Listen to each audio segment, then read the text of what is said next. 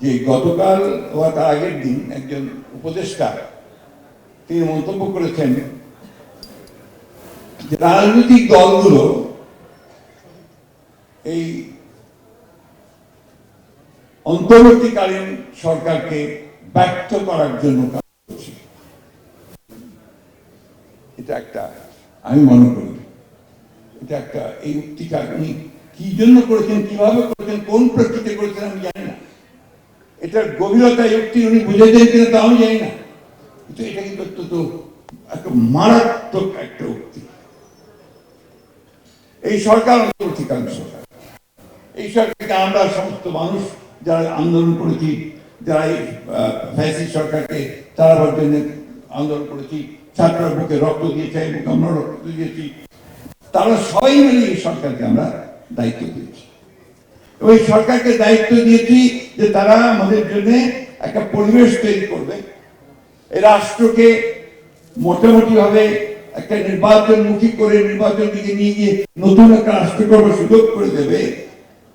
এই জন্য আমরা সবাই তাকে সাহায্য দিয়েছি। বিশেষ করে আমরা বিএনপির তরফ থেকে প্রথম থেকেই তাদেরকে আমরা সমর্থন দিয়েছি, এখনো তাকে আমরা সমর্থন করে দিয়েছি, এমনকি এই মুহূর্তেও তাদেরকে আমরা সমর্থন করছি।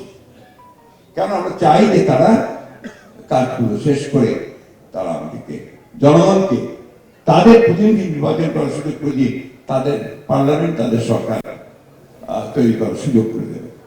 রিগেল এম্পোরিয়াম হানিবার্ড অফারে জিতে নিতে পারেন ইন্দোনেশিয়ার বালিতে স্বপ্নের হানিমুন।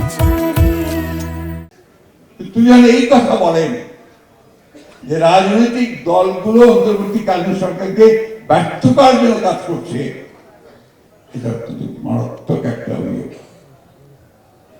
আমি তীব্রভাবে প্রতিবাদ করছি এবং আমি মনে করি যে এই ধরনের উক্তির তার প্রত্যাহার করা উচিত। এবং আমি তো মনে করে দিতে চাই যে দয়া করে রাজনৈতিক দলগুলোকে বা রাজনীতিকে আপনাদের প্রতিপক্ষ বানাবেন না।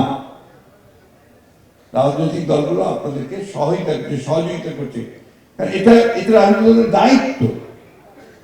সেখানে আজকে যদি আপনি বলেন যে আমরা এটাকে ব্যর্থ করার চেষ্টা করছি, আমরা হাজারবার বলেছি, আমাদের চেয়ারম্যান বলেছেন, আমরা বলছি এই সরকার ব্যর্থ হওয়া মানে জনগণ ব্যর্থ হয়ে যাবে, আমরা ব্যর্থ হয়ে যাবো, তাই না? তাহলে এই কথাটা ওনারা কেন বলবেন যে তিনি হয়তো এই গুরুত্ব বুঝতে পারেননি অথবা এর প্রেক্ষিতে বুঝতে পারেন কেন বলছেন না। তবে যদি স্বাভাবিক বলে থাকেন, ঠিক না বুঝতে পেরে, তাহলে আমি খুব কিছু বলতে চাই না। যদি জেনে শুনে বলেন তাহলে আমি অবশ্যই এর তীব্র প্রতিবাদ ও নিন্দা জানাচ্ছি, প্রত্যাহার করার জন্য।